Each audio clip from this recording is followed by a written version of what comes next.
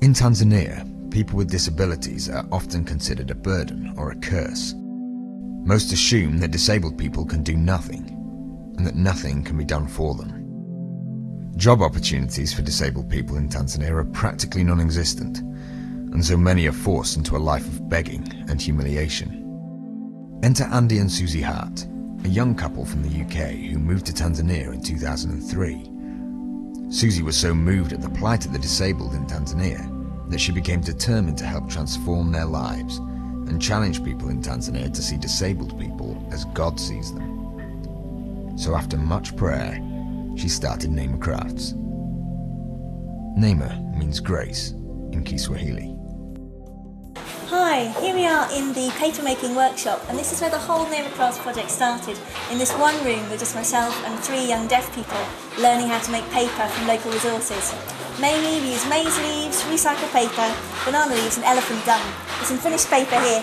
This is the maize leaf paper and this is the elephant dung paper, and you can see here some of the original product. This is where the finished paper comes to be screen printed, cut up and turned into albums, greetings cards, notebooks, lampshades, you name it, we can make it out of paper in this area. This is the weaving workshop. Here we produce rugs, scarves, table mats, all different items made from woven textiles. This is the B2B workshop, named after bottles to beads. In this area we're making handcrafted glass beads from recycled glass bottles. We're the only people in the entire region that do actually recycle glass, and we're using an ancient West African technique which came from Ghana originally.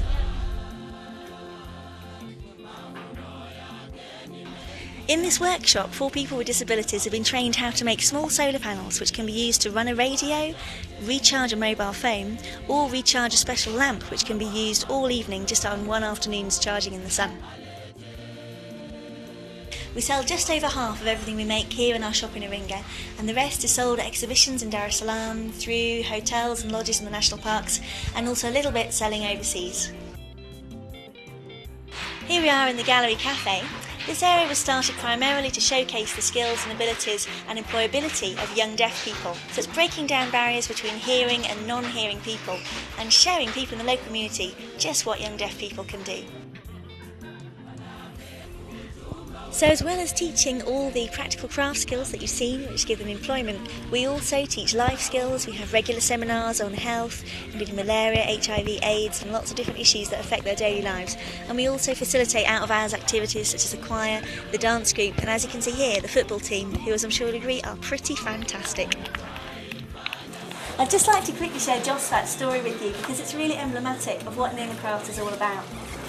Josfat is profoundly deaf and also has a curvature of the spine, and unfortunately has no parents. And when he came to work at Neema Crafts initially, he was living with an extended family who made it very clear that they really didn't want him around because they considered him to be a burden.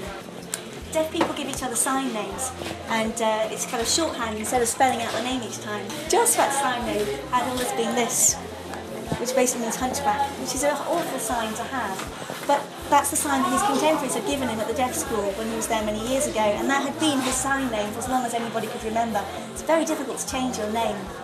But after about a year of being at Neema Crafts, I came into the workshop one day and said to the other deaf people, "Where's Josfat?" And they said, "No, we've changed his sign. His sign is now this. And this means he is able, or he is strong." And they changed it to that because they'd seen that Josfat had become the most skilled worker in the whole of the paper workshop. And so his whole identity had changed from his disability to his ability.